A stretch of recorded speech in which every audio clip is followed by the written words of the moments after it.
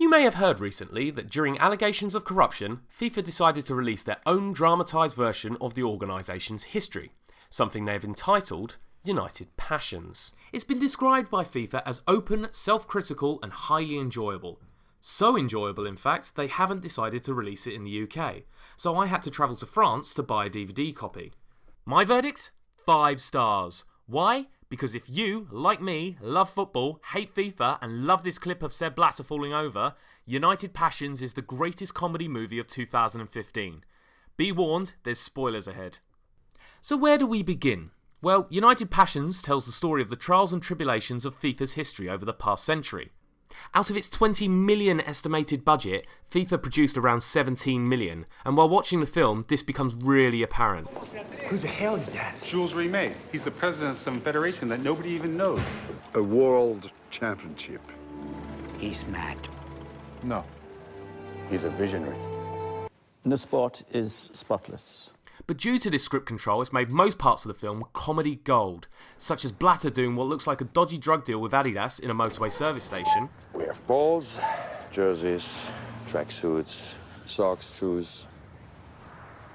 Alluding that FIFA is some kind of religious higher order. And here is God.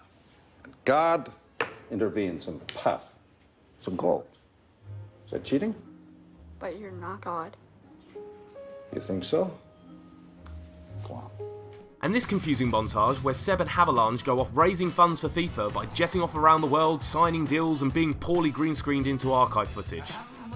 And this music you're hearing isn't what I put on for the video. This is the actual music of the montage which, fun fact, was also used in the training montage of Cool Runnings. And just like Cool Runnings, it seems FIFA wants United Passions to be an underdog story by constantly reminding us that they have no money. FIFA is poor. Our accounts are disastrous. We need funds, gentlemen. The accountant announced that there was nothing left in the coffers. How can you explain FIFA's deficit? Do you know where all the money's gone?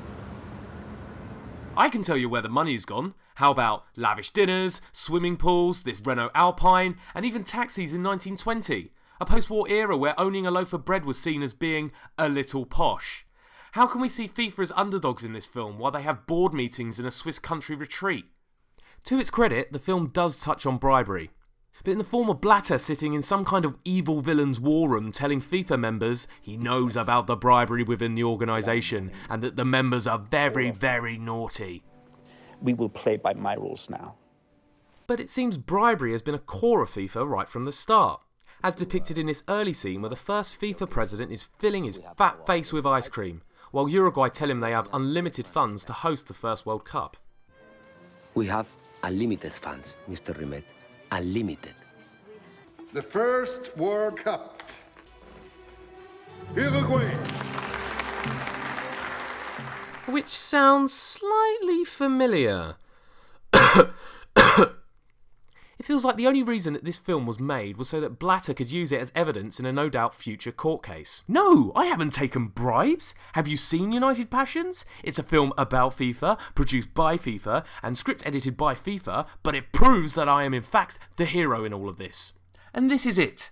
United Passions isn't a film. It's a vanity project for the deluded organisation that is FIFA. But from this corporate glazing over the somewhat shady past of FIFA, it has produced a piece of comedy gold. If you want more, I strongly recommend you get the DVD, as I haven't had time to cover all the other ludicrous moments in the film. But I will leave you with one last clip of how FIFA sees us English. Monsieur Rimet, this young person is your daughter. Indeed she is. Oh, I'm sorry to say she understands nothing about the game of football. She's under the impression that Negroes could compete with whites at the sport. Oh, really? Yes, you should send her back to her sewing and the art of good housekeeping. Her pretty little head would be filled with less nonsense. Yeah, because it's not like Blatter and FIFA are arrogant misogynists that don't take racism seriously. Oh.